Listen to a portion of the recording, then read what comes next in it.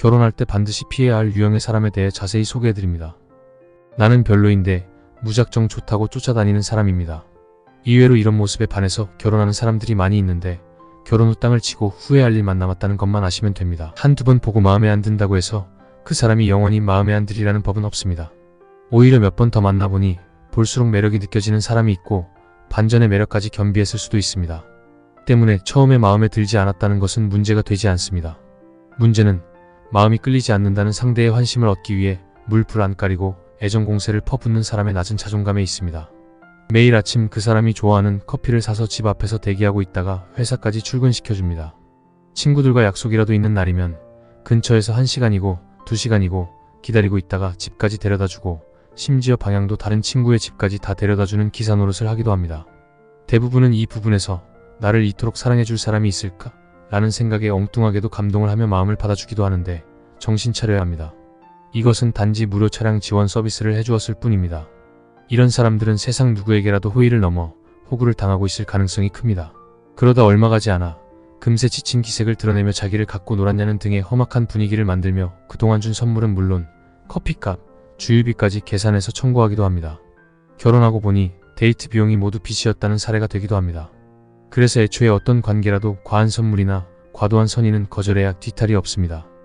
그나마 이런 상황은 자신도 어느 정도 마음을 열 준비가 되어 있을 경우에 해당됩니다. 어떤 경우에는 연인으로 발전될 여지조차도 없는데 회사고 집이고 모든 동선에 불쑥불쑥 밀고 들어오는 불도저 같은 사람이 있습니다. 10번 찍어 안 넘어가는 나무 없다는 심정으로 들이미는데 사람은 감정의 동물이지 우두커니 서 있는 나무가 아니기 때문에 매우 당혹스럽습니다. 이것이 스토커입니다.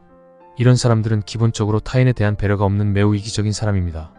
타인의 기분이나 감정은 물론 불편하고 싫다는 의견이 전혀 귀에 들리지 않는 사람들입니다.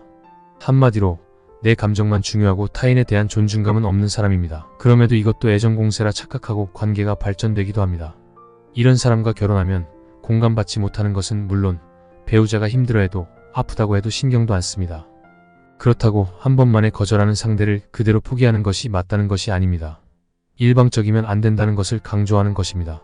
세상의 모든 일이 그렇지만 특히나 연인으로 발전하는 문제는 더더욱 쌍방향이어야 합니다. 첫 번째 만남에서 상대가 거절의 의사표현을 했다면 자신의 감정을 솔직히 말하면서도 상대의 의견도 존중한다는 표현을 해야 합니다. 이때 여러 가지 제안을 해볼 수 있는데 가장 대표적인 것은 한 번 또는 2번 더 만나보도록 권하는 것입니다. 그래도 거절한다면 최종 거절이 맞습니다.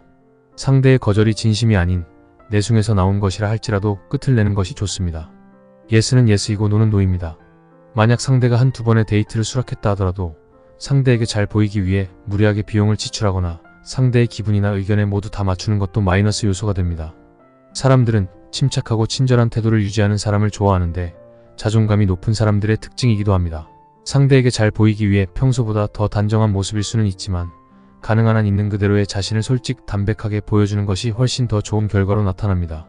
간혹 과도하게 의식하고 꾸민 모습과 결혼 후 급격하게 변하는 모습을 보고 사기 결혼이라는 말이 종종 나오기도 합니다. 고백은 나의 감정을 확인한 순간이 아니라 상대의 감정을 확인한 순간이라는 것을 아셨기를 바라며 구독과 좋아요 부탁드립니다. 감사합니다.